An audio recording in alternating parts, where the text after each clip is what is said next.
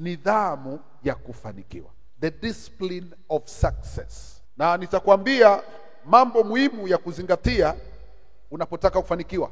Nidhamu ni nini? Nidhamu ni utaratibu au ni ustaarabu wa maisha unaotoa mwongozo ili kuweka mfumo wenye dhumuni la kukuwezesha au la kuwezesha maono au ndoto yoyote ifikie kwenye hatima yenye ufanisi. Lakini tafsiri namba 2, nidhamu ni mfumo wa maisha unaompa mtu akili ya kufikia mafanikio yaliyotukuka. Nidhamu inasaidia kumfanya mtu mwenye maono kuishi kwa mpangilio. Mambo 10 ya kuzingatia katika kujenga ufanisi.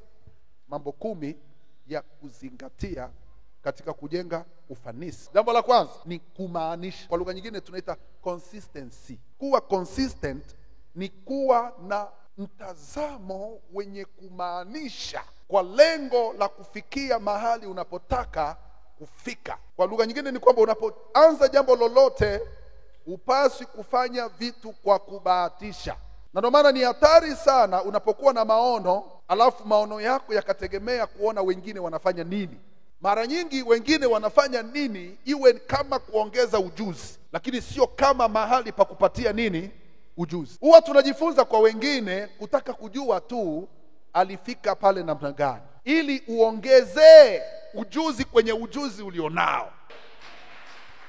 Jambo la pili, kila mwenye maono lazima awe na kitu kinachoitwa focus and concentration. Kwa Kiswahili tunasema kudhamiria au umakini na kuchuchumilia. Kuchuchumilia maana yake ni kwamba kuna namna utalazimika kuvumilia baadhi ya vitu fulani. Lengo ni nini? Ni ili ufike unakotaka kufika. Kwa hiyo unatakiwa uwe focused na uwe na concentration, uconcentrate. Maana yake ni kwamba utalazimika kuishi kulingana na maono bila kuangalia sababu zinazoweza kufanya maono yasiendelee.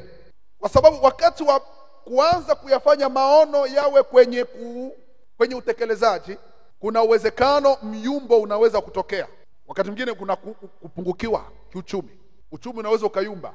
Lakini kama uko focused, utalazimika kutembea na mazingira ya wakati kulingana na vile yanavyosema, lakini hutatoka kwenye lengo. Jambo la tatu ni ustahimilivu. Kwa Kiingereza ni resiliency. Maana yake ni nini? Ni kutokukubali kuanguka. Ustahimilivu ni kukubali kuvumilia shida zitakazojitokeza wakati wa kuweka lile wazo lilonalo kwenye utendaji. Jambo la 4 ni muda maalum. Unapokuwa na malengo lazima, unapokuwa na ndoto lazima uweke malengo ya muda wa kulifikia hilo jambo, ambayo kwa Kiingereza wanasema time management. Unatakiwa manage time. Usifanye vitu nje ya wakati, unatakiwa ufanye vitu ndani ya wakati. Jambo la 5 ni maadili ya kazi. Kila kazi unayoifanya lazima uwe nayo na maadili yake, au ujue kuna maadili ambayo inaitwa ni work ethic. Kazi yoyote unayoifanya ina miiko, ina desturi zake, tabia zake. Ukifanya tofauti utaharibu.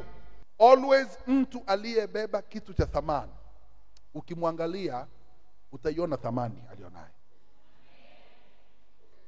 Jambo la 6, panga malengo na jinsi ya kufikia ufanisi, ambayo kwa Kiingereza unasema goal setting and achievement.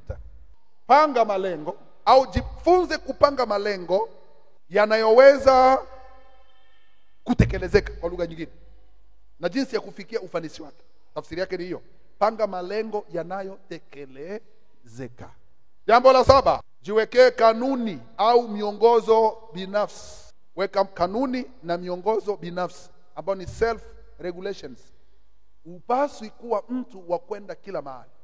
Jambo la 8, fanya maboresho ya mara kwa mara. Yanaitwa continuous improvement. Fanya marekebisho kila wakati. Unapoona mambo hayajakaa vile unavyotaka, badilisha. Jambo la 9, kuweka mfumo wa kuhojiwa au kutoa maelezo. Jiwekee mfumo. Tengeneza mfumo ambao unaweza kuwa na mtu wa kukuuliza, uwe accountable. Uwe na biashara ya kwako, lakini hebu tengeneza mfumo ambao watu watakuhoji maswali kwamba Ulipata milioni 1 mwaka jana, ndio. Ilifanya nini? Ulinunua hii bidhaa? Hebu tuone risiti zake ziko wapi? Uwe na vitu vyenye maelezo. Kubali kuhojiwa, kuwajibishwa wakati mwingine ni vizuri. Amen. Na jambo la mwisho, jenga misingi ya usawa. Ukiwa na watu unaofanya nao kazi, tengeneza mazingira ya kuwafanya waone wafanyakazi wako wote wako sawa na wana haki sawa. Usiwe na namna ambayo wengine wataona wanapendelewa na wengine hawapendelewi. Kwa namna hiyo utafanikiwa.